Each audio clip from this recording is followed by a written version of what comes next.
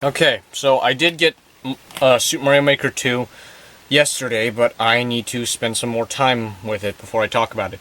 So let's just take care of some other things, like how about some FIFA? Here we have FIFA Soccer 2003 on the original Xbox. Now this game does play on the Xbox 360, but unfortunately it has this like really concerning, aggravating, and just outright annoying, and like I said, concerning, staticky sound or some sort of grinding, irregular sound that plays as the game is running. And the thing is, there is gameplay of this running on the Xbox 360, and you can hear that exact same sound I'm talking about. And the fact that I didn't notice this before I bought the game is shameful on me, but in the end, it's not like I spent that much on this. And I do have this on the GameCube, so if I really need to play some soccer with 2002 players and stats, then I can just do it that way. But, yeah. I mean, I'm gonna get an original Xbox, like, either this year or next year for sure. It's gonna happen one of those 2 years for sure, but, like, it's just an annoying thing to deal with. Just fucking run on the 360, please. Then we have FIFA Soccer 09 on the Xbox 360. I don't really have much to say about this in terms of the game, but it's nice to finally get a soccer game on, an Xbox platform. And, there's two of them, except this one runs fine. Obviously, this cover art is not nearly as crazy or batshit insane as others, but this guy's he's shocked at something. I don't know what's up with his open mouth. He looks determined, and he's just like, he's looking at something. I don't really know what to say about the game other than, I just gotta get good at it. Played like one game of this, didn't do well. Will my next game be better? Guess we'll have to find out. No, won't we? Here we have FIFA Soccer 06 on PS2. I got this, this is, of course, on GameCube, and I am going to get it on GameCube probably soon enough, but I wanted a FIFA on the PS2, so I just went ahead with this.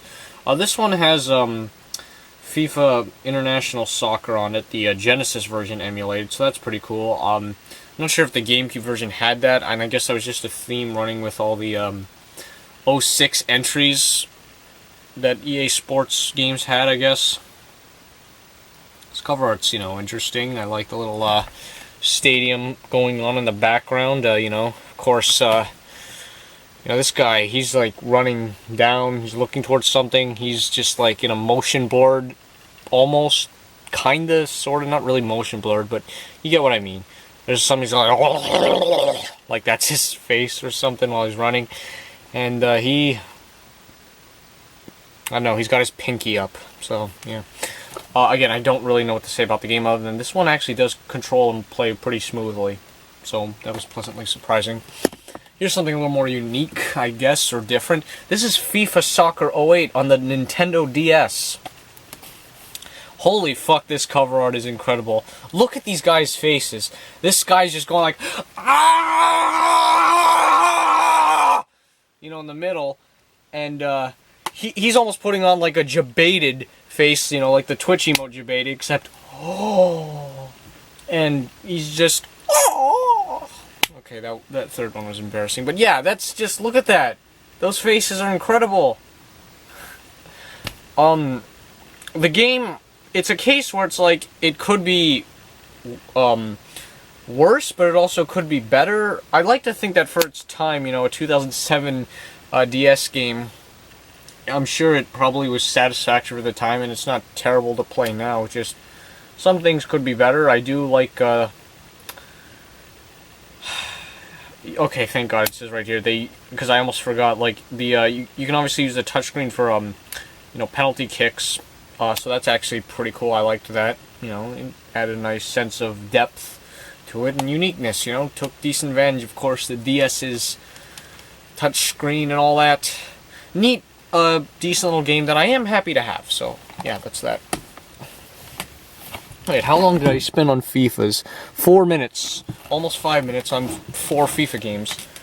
Let's talk about some other things. So I got 2003 and 2009 and 2006 all in May, but FIFA 08 was in June.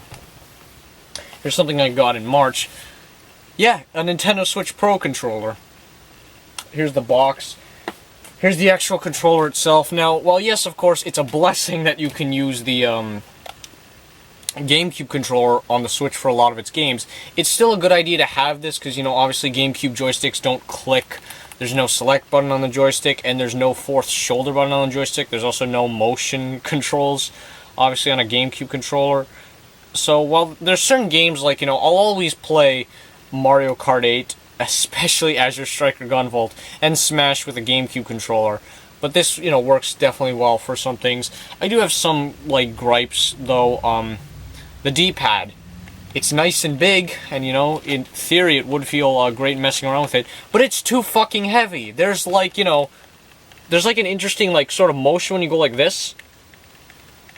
But, you know, going like this, just, like, left and right, again, it feels too heavy or stiff. Like, it feels like I'm putting too much weight on something that just feels flat, if that makes sense. And the bigger problem are the joysticks. The joysticks feel nice, but here's the, you know, fucking Achilles heel. The ring around the joystick, this little plastic piece, it's too fucking sharp. You can literally feel the joysticks grinding against it. Now, yes, of course, joystick grind happens naturally. That happens a lot with the N64, just because the N64 joystick was, you know, rudimentarily designed. Rudimentarily? Is that even a word? But the design of it was rudimentary. But even so, it literally feels like it. Even if I, like, put my finger around it, it feels like there's almost, like, some, you know, extra bit of edge that's literally eating away at this joystick unnaturally. To put this into perspective, if you have a PS4 controller, most likely, if you just move around the joystick, you're probably not going to feel the grind. This, like, fucking ring around the joystick is fucked. Now, to be somewhat almost fair, it's not quite as bad as I initially thought, but I'm still, you know, like, I can still play, like, Super Bomberman R with this, Blaze Blue Cross Tag Battle, but it's fucking annoying. So, yeah, and it's a shame, because the rest of it is really good. The buttons feel great, the, you know, shoulder buttons feel great. They're not analog, so if you want to play, like, Trials Rising on the Switch, you're kind of fucked. You need to play with the GameCube controller for the analog, you know, control. So, yeah, that's my quick impressions on it, but it's nice to have the official one, you know. Had to go above and beyond for something that's good, but needs improvement. And, yeah. Okay, here's something I've had since February. This is a Sega Genesis control pad extension cord. It's in the box. I spent $30 fucking on this because that's how great I am with money. That's what it looks like. I have the cord downstairs, but, you know, yeah. It's a controller extension cord, and this is I believe, the only system that actually has an official one. Every other single controller extension cord is third party, besides this one. There might be one other exception, I don't know. So I think for that opportunity alone, I was like, I can't pass up on having this. I bought unofficial ones like 5 years ago, but you know what? Here's the real deal. It's pretty cool to have, even if, you know, the ends of the joystick, both the in and the out, are a little stiff. It's a neat little thing to have, though, of course.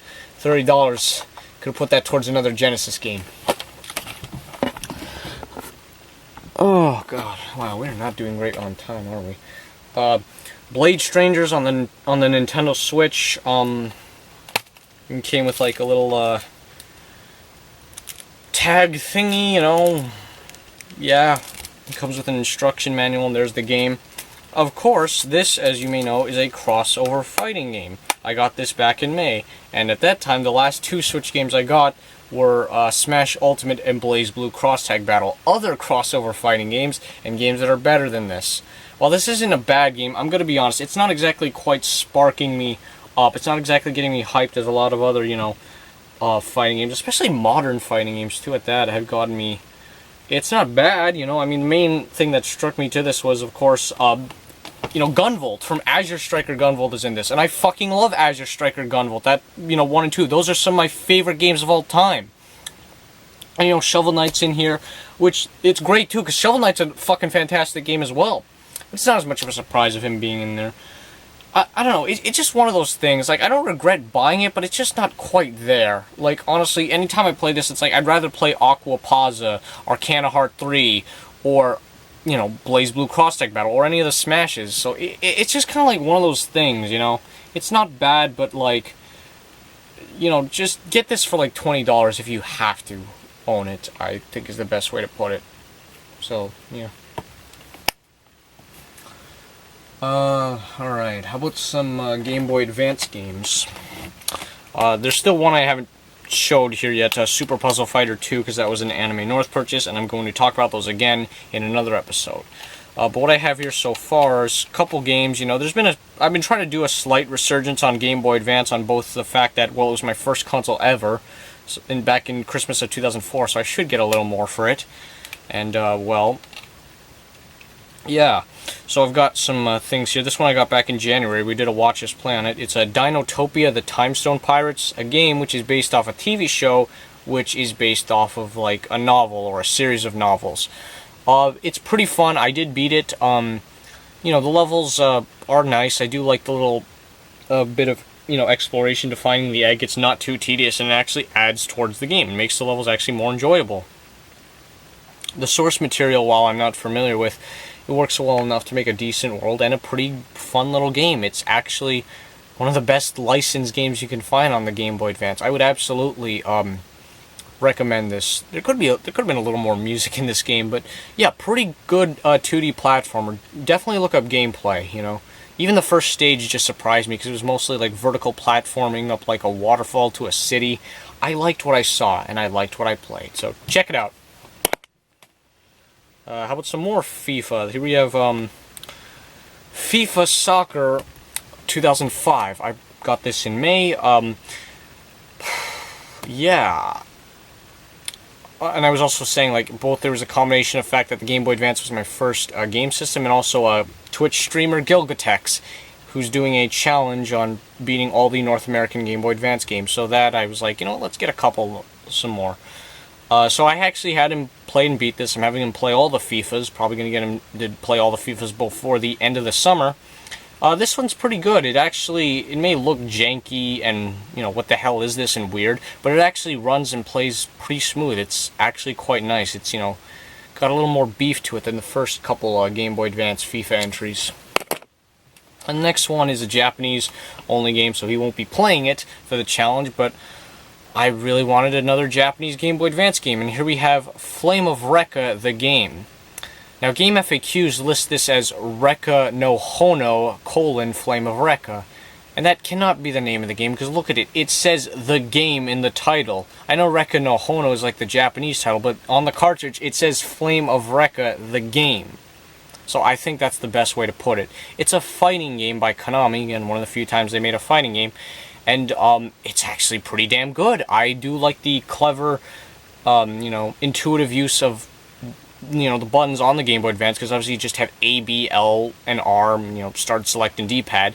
They actually did it pretty well with what it's worth, you know, and it made the combat interesting and fun and easy to figure out. I quite liked it. I actually do want to probably get another copy of this game so we can, like, do multiplayer on it, because you can't just do single-cart multiplayer, which kind of sucks, but, you know, again, pretty impressed with this game. Alright, let's see, how about some 3DS stuff? You know, I've been trying to pay attention to the 3DS more. I finally got my 30th 3DS game, actually. Like, I'll show it to you in a sec. I got it this month, but again, for having the system since December of 2011, you know, a lot more can happen in 8 years than just 30 games. And I did get one 3DS game earlier this year, which was Asphalt 3D. So this is like the first time since 2012 I could say I got 5 3DS games in a year. Though I will try and get some more as time goes on, or as the year goes on. And of course as time goes on. How about we start with the second 3DS game I got this year.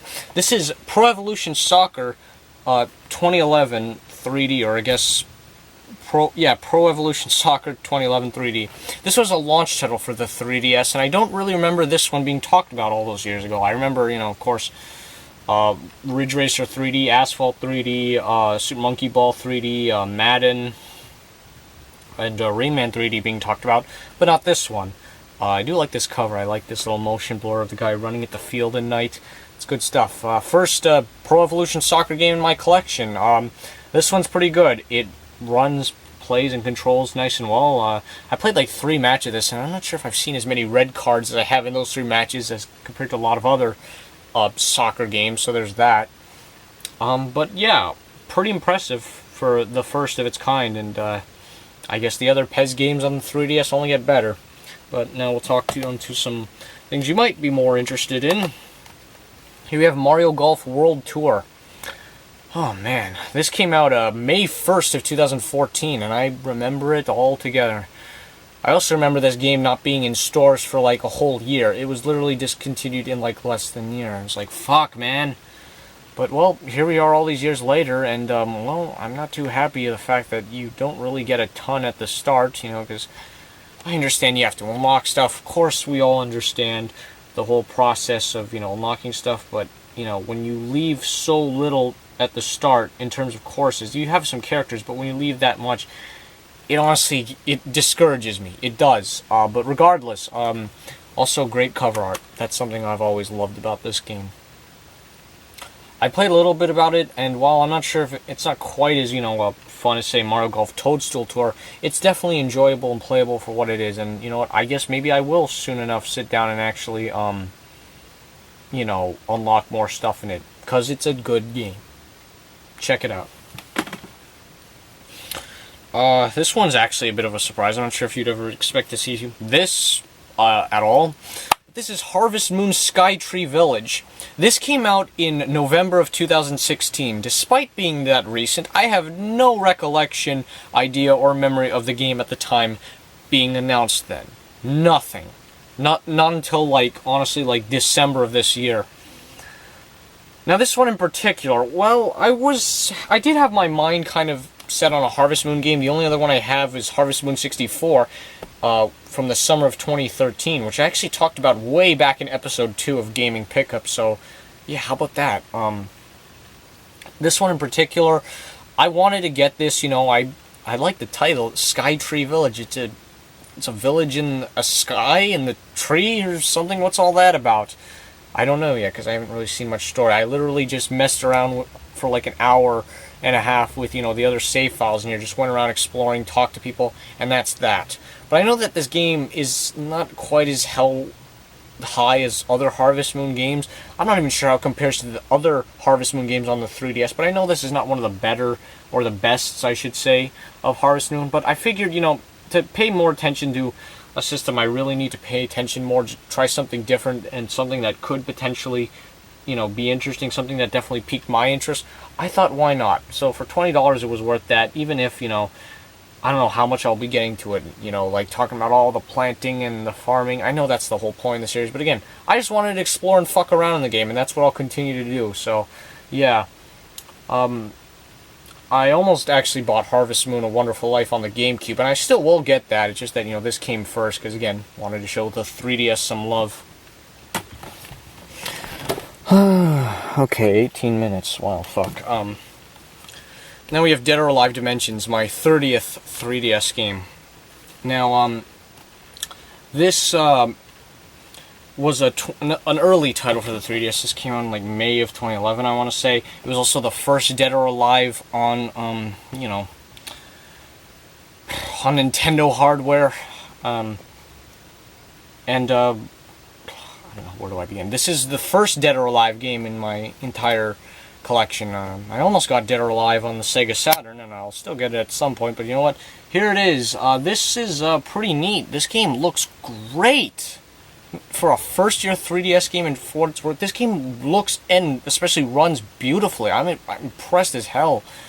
I haven't played too much of this. I just went through, like, the arcade courses. Like, they give you, like, a course selection 1 through 6, and, you know, like, 3 of them were easy, 2 of them were normal, 1 of them was hard. That's literally the extent I've done. And then, like, the end of, I want to say at the end of either the 5th or the 6th one, suddenly, fucking, you're in a stage with Ridley. And if you get a ring out, Ridley comes and, like, smashes you against the wall and takes away your health. That blew my mind. Aw, damn. Hooray for Metroid cameos. This is actually a bit of a pricey game. Like, I've seen this go on eBay for like 70 or 80 bucks. And I saw this twice at a store for like 30. I did not get it the first time because I'm a slow motherfucker, but I was glad to get it the second. Even the store person was telling me that this was not priced right, but that they would honor their prices. It was at the same store where I got Super Bowling on the N64, one of the rarest games for the N64, for only $30. Not as big of a deal, not as great of a deal, I should say, but still really cool. Though again, I'm not sure why this game runs for $70. Does anyone know? So, so yeah, that's that. That's my 30th 3DS game. Okay. Now here we have Super Soccer Champ on the Super Nintendo in the box. I have the box protector for it here. I'm just showing you. Here's the box. There's the back of the box. Side.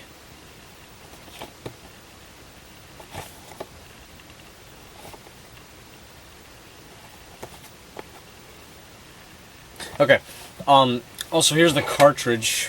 As you can see, the cartridge has like some marker and some like weird sticky residue bullshit on it that will probably prove difficult to take off. That's why I haven't attempted it yet. But yeah.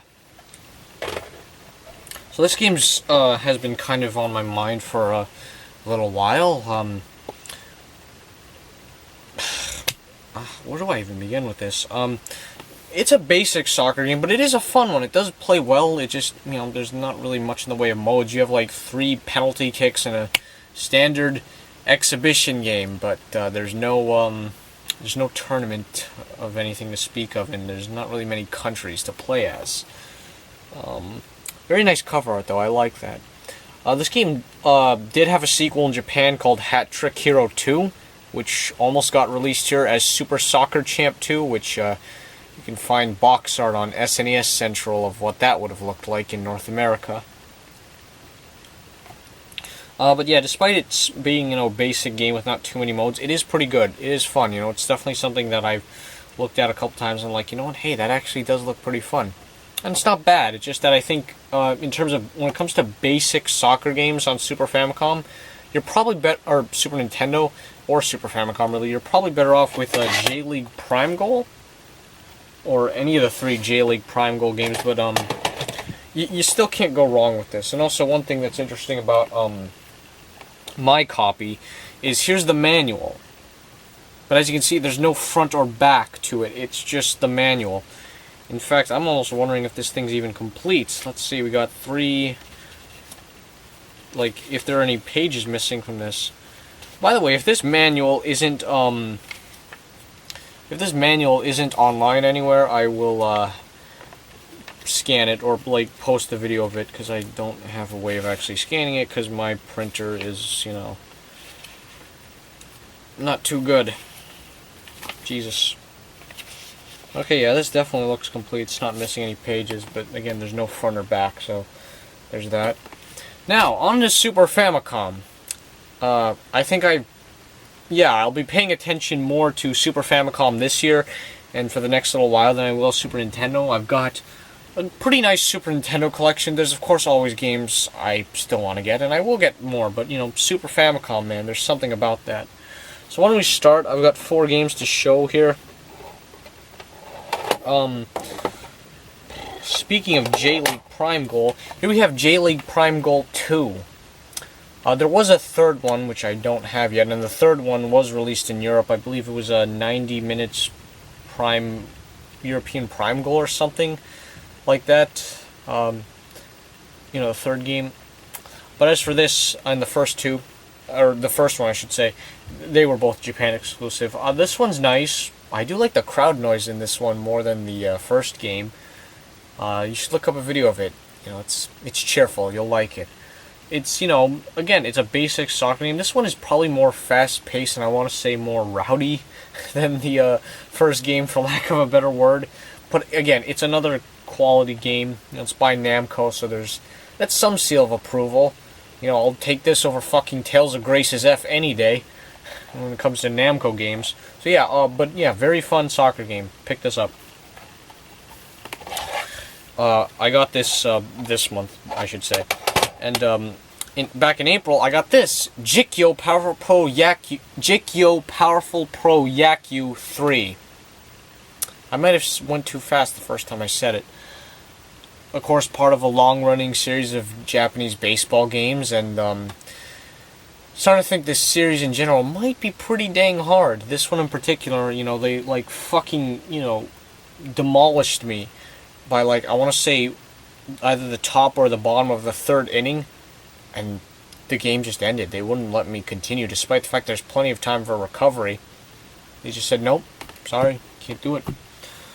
I haven't attempted again since then, but I really should. But, you know, it doesn't seem like it's that much more different than, say, like, you know, maybe not the N64 games. There's got to be some difference, but in terms of, like, all the Jikyo Powerful Pro Yakus on Super Famicom, they're all pretty damn similar. But if you are a baseball fan, I'd say it's definitely worth picking up one of these games at least.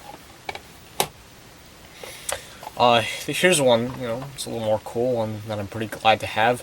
This is Bisoujo Senshi Sailor Moon. Surprisingly, this is not actually a Japanese exclusive. This did get released in Europe, but I believe only in France specifically, because when you look at, like, the box art, both the front and the back, and when you look at the game, it's all in French. It doesn't seem like there actually exists, like, that this game ever came out in, like, you know, anywhere else in Europe. Because, hey, if this came out at least in, like, you know, fucking United Kingdom, we could have had this in English. Not that you really need to, because it's a, you know, it's a beat 'em up. This is, of course, being the first one. You know, I did get the second one, Bisoujo Senshi Sailor Moon R, back in, like, December of 2016. So here we are all these years later, and I finally have this one. So how does this one compare? Well, both games are really good, you know, beat-em-ups. They're satisfying to play. They control well, you know, the characters, you know, play well enough, or the Sailor Scouts, I should say. And in the case of the Sailor Scouts, well, Sailor Venus, in this case, actually has a goddamn whip, making her, like, insane and broken. That range and whatnot, you're not going to get hit, almost, pretty much. So if you want to beat the game on hard mode, I guess you play as Sailor Venus. Sailor Jupiter, though, is still very, very satisfying to play as. This game also has a 5 stages, which, you know, the sequel doesn't. So yeah, how about that? Again, it's just satisfying to play. It just feels, you know, good to, like, hit things, you know, which is what you do in beat-em-ups. And, well, 4 years later, after getting my first Sailor Moon game, which was Bisoujo Senshi Sailor Moon on the Game Gear. Let me actually show that to you. I have it right here. Bisoujo Senshi Sailor Moon S on Game Gear. Getting this back in, like, June of 2015. Gonna be honest, I'm still not exactly convinced, you know, to, like, sit down and watch and follow this series. There's a lot to do, and, you know, just, honestly, I kind of treat this series more so as a gaming series than it, you know, what it actually is, because it's not a gaming series. It had games, but it's not a gaming series. It's obviously, you know, an anime and a manga. But, yeah, you know, there's that for you. And the most recent one, well, I actually bought Sailor Moon back in April, but it did not come till, like, the end of May. That's always fucking fun when these games take fucking forever, right? Jesus Christ. Anyways, here we have Natsuki Crisis Battle. Fighting game. Didn't play this for much, but I've got you know, some pretty good first impressions. Single player is a little bit tough, but, you know, with some determination, you'll get through it. I will say, though, the multiplayer would definitely be fun. I just think it's a neat little game, you know. You basically just control a schoolgirl and beat the fuck out of people. I'm sure there's other characters, but all I've seen is, you know, this girl on the cover. So yeah, definitely this, definitely that. I say that a lot, don't I? I've also been saying a lot that I say something a lot in these fucking videos, don't I? 71 episodes later, god fucking damn it. But check this game out. Put it on your EverDrive, get the cartridge, you'll be entertained, you know. I believe this actually got, like, an OVA after, so that's kind of cool. I'm sure this game's better than Pretty Fighter on Super Famicom, or whatever the hell the full name was. What was the full name? What was it, like Seiken Densetsu Pretty Fighter? I'm running out of things to say.